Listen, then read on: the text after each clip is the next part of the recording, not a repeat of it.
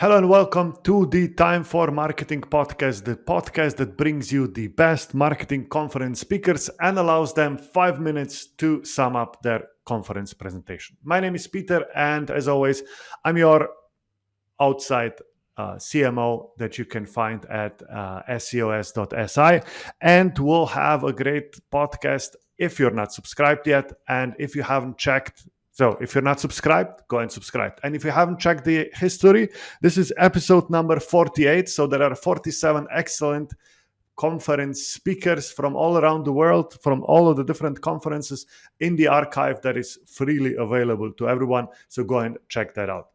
Today with me, I have Chris Simmance. Chris, hi, and welcome to the podcast. Hello, hello, hello. How are you doing? And how is life? Where are you? Up there and London. to the left. Life is good. I'm doing good. I am a bit more nervous now than I was a minute ago when I realised that I'm following 47 other really good people. I had to scan through the YouTube channel earlier and realised, I know a lot of these faces. They're very, very, very knowledgeable, very smart people. I was very glad for this podcast, or I am very glad for this podcast to get all of the best marketing conferences speakers. Sometimes even I'm a bit surprised that people are willing to come to the conference and to the podcast, and I'm very glad that you are also one of them here. Chris, you're the founder of OMG Center. What is the OMG Center?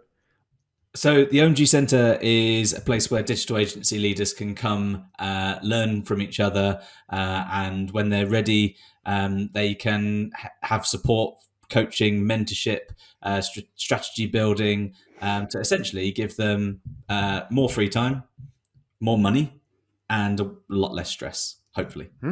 I like that. More money and more free time. This is the OMG Center is also a Slack channel where people can come and share their questions and everything else. How do people get their way in there? So they have to follow a series of clues, each more complicated than the last. If you go to omg.center/join, so if you're an agency leader, omg.center/join, you're more than welcome to come. It's free. It will always be free. And we'll put that into the show notes or in the descriptions so that people come join it's one of the communities, as far as I see on Slack, is one of the communities where stuff is really happening. So I'm really encouraging people to go and check that out. Chris, how did you get into being agency coach, as you call yourself? I've checked your LinkedIn and I saw that you started off as a ski resort rep. So how did that happen? Number one, how was the partying on the ski resorts? Is that as big as everywhere? There's no better party than on a mountain. Right. So I started a long time ago working in ski resorts, initially in chalets, cooking and cleaning, and then went through to helping the people who'd actually booked on the holidays and then guiding them on the mountain on my snowboard, which was the best experience ever. I came back to the UK and had zero qualifications and no hope. So I marketing, right? Exactly. So I did what most people do and sort of accidentally find out what SEO is, built a career around it, built a digital marketing agency and then a web development agency. And I actually realized that I'm pretty good at helping other people, and it is sort of part of my DNA. I really do enjoy that kind of seeing the success of other people thing. So the OMG Center was like a natural progression.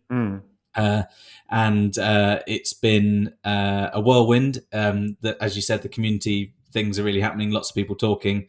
It's an incredible feeling to see all these people sharing their knowledge and helping each other out. Everyone's got the same kind of problems. They've just got them at different times. So why not help each other? Yeah. What's the number one problem that agency founders come to you with? It's we have way too much work and we are not profitable, or? So there is.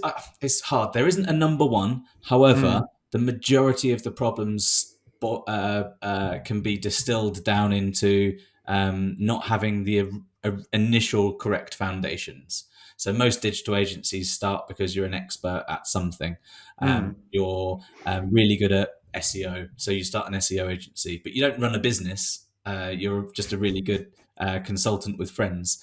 And eventually you realize it needs to turn into a business. And that's when lots of other things need to be addressed. So vision, values, focus, strategy, long-term thinking, leadership skills, things like that. See, this is why I don't want to start an agency. I just want to do consulting. I want to help people directly with their companies and with their problems. And, because starting an agency brings so many other problems and things that you have to do and not do the things that you like, right? It does, absolutely. And again, that's where the community comes in, because, for yourself, you're in the community and you can see things that people are having trouble with or see things people are doing well. And you can learn from it for when you get to a point where you go, I want to be an agency owner, or maybe not, because you see some other stuff. Chris, I invited you to the podcast because you were a keynote speaker at the Digital Marketing Conference. And we'll start that again. Chris, I invited you to the podcast because you were a keynote speaker at the Digital Marketing Conference Europe. Tell me something about the conference. How was being there, and how were the lectures there? The lectures were really good. The other speakers were fantastic. For the most part, the ones I did get to see were fantastic. It was an online only conference. I think they were doing in person pre-COVID, and I think it's just naturally become much bigger for them online. The talk that I gave was around critical thinking in digital agencies, and essentially how it can unlock superpowers in your agency team. I love giving that talk because it's one of the most it's almost like it's one of the quickest wins you can have with a team. It's still a lot of effort, but it's a big it's a quick win to build trust and to build the right skills that everything else kind of falls off of afterwards.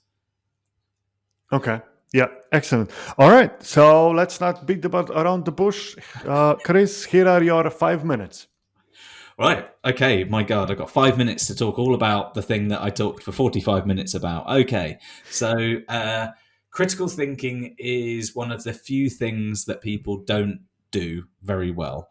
We're kind of built for it innately in our heads, but there's an awful lot of things that prevent that from happening in the real world. Some of it starts with education systems and things like that, because you're taught to remember how to do things, not how to think about how to do things. You're taught your times tables in maths, but you're not taught how maths works, for example. Critical thinking is something which is also a problem when you have lots of processes. So in digital agencies in particular, you have a process for a process for a process for a process. Quite often, if you're most agencies, they're either on a Google Doc or they're in an Excel sheet, or they're something really unwieldy in Asana or Trello or ClickUp or whatever. And half the time, most people don't look at them because they kind of know what to do. Half the time, the other half of the time, people, when they do look at them, they kind of skip things or do them in different ways. Those processes are often built in order to create some kind of consistency. But the problem is the process is built so that people don't have to do too much thinking, so you can have consistency. Well, if you've built a digital agency and you're hiring really good people and you want really good people to do really good work, why would you hold them to a 50-point checklist for every single thing? You hire them to do the thinking. Now, this thinking bit is the hard bit for quite a lot of agency leaders, because no one can do it as good as me. No one is as smart as me. I'm the best at this job. So once you can kind of let go and realize that 80% is good enough, or my 80% is good enough, that usually means you can kind of you can let someone be a bit creative. You can let something come out a little bit differently to how you would do it, but it isn't going to cause problems for the client. It's not going to cause problems for the business. So critical thinking allows you to follow a much more broad process, which suggests internally this is what good looks like, and the final outcome of the project should look roughly like this. But the critical thinking aspect allows people to think before, think during, and think after the process that they're delivering, it kind of allows people to be a bit more creative without getting hit around the back of the head with a keyboard later on for making a massive mistake. Now, with the with critical thinking as well, you can essentially pre-plan for problems. So asking who, what, where, when, why style questions in your head allows you to know, um, is there going to be a blocker in this project? So a blocker isn't necessarily a person; it could be time. Could be, is this project going to be blocked because of a public holiday or because of someone going away? What are the best and worst case scenarios allow you to plan or pre-plan communication for when you see leading measures of success not being met. So if you can pre-communicate to a client and you can tell the client, this isn't looking like it's going in the right direction, it's way better than telling the client, oh, it didn't work. It's not going in the right direction, so we've got these other things pre-planned as contingencies. Way better than it didn't work. Sorry, but thanks for all the money. So you keep your clients happy, you keep your clients for longer. The team feel trusted. It builds confidence in people. It allows. It's like I said, it's like a superpower. Critical thinking as well is one of the key points in like negotiation skills. So if you can pre-think of objections that people might have or ways to challenge an argument better, you're more likely to have the better kind of argument or challenge or conflict with someone where everyone gets what they need out of it. I'm not talking about meet in the middle. I'm not talking about you win or they win. It's kind of like critical thinking allows for like a no lose, everyone gains situation. And that was what the talk's all about, essentially, condensed into a few minutes. Excellent. I'm a big proponent of critical thinking. I've been, and I still am, like for the most probably 15 years, a part of the debating community in Slovenia. The competitive debating, where we Big teach. thing. Yeah. Yeah. And teaching critical thinking and all the other skills. Public speaking with that is a big thing in there. But it seemed that, and we even had a debate club in my recent agency where I was the head of SEO. So we met and we tried to get people to think critically in the debates. I love that. But on the other side, because we felt we're not profitable enough, we started to create lists of all of the tasks that have to be done and wanted to have workflows and wanted to have timesheets fill out and all of that. So, it seems that we tried both of them. How do we avoid that? Yeah. So this is where the foundations kind of come in that often end up being part of the longer term problem.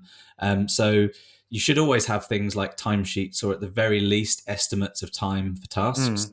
Because that allows you to manage internally whether or not someone's got too much work on or they can take more work on or anything like that. You shouldn't be reporting time to clients, though. Absolutely not, because otherwise you get into all sorts of questions and conversations where you've spent 5 minutes solving a problem that gives them €1,000,000 worth of value, but they still ask for the 6 hours and 55 minutes that they've paid for. The right levels of strategy and the big vision and the focus for the business allow the team to kind of understand where they're going. The way that I typically work with agencies, we would do an entire day where half the day would be around critical thinking, importance and urgency training, and the principles of debating, so around challenging people properly without causing arguments. And then the other half of the day would be around how to build I call them recipes rather than processes. So a recipe would be no more than 5 points. A recipe would have the 5 core things that would be done in order to get the job done. And inside that recipe, you would have links to guidance, links to videos, links to templates, anything that would help that person get the job done. So you've got something then that has like an estimated amount of time to deliver it. So let's say a technical audit, 10 hours, but you have 5 points, which is get the access, do the crawl, analyze the data, put the report together, deliver the report, for argument's sake. Right. It's a lot more complicated than that, that. But inside analyze the data, You've got example templates of things. You've got a big long list of potential technical SEO elements that you might need to review, and that allows that person to not have to look at, does this site have AMP, or is there href lang issues, because that's in a checklist, because they know it's not an international site and they know it doesn't have a news feature, so they don't need to look at those because they're not in the checklist. It's kind of the recipe. And just like with a recipe for a cake, if I gave you the basic recipe for a cake, you and I would both create cakes, but they would be slightly different. Yours might taste nicer. You might have chocolate on it. I might have berries on it, but we've both made a cake. Now, if someone said, give me a cake, and we gave two cakes that were slightly different, no one's going to complain. We're both right. They're both right. So you allow for the creativity. You prevent risk of someone providing a banana instead of a cake.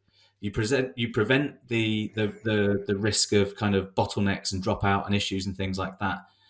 Way easier to do it that way than it is to have like a long checklist and then tell everyone to think critically, because you can't do it. It don't work. Excellent. Chris, we are at the 15-minute mark, and this is where we want to finish the podcast.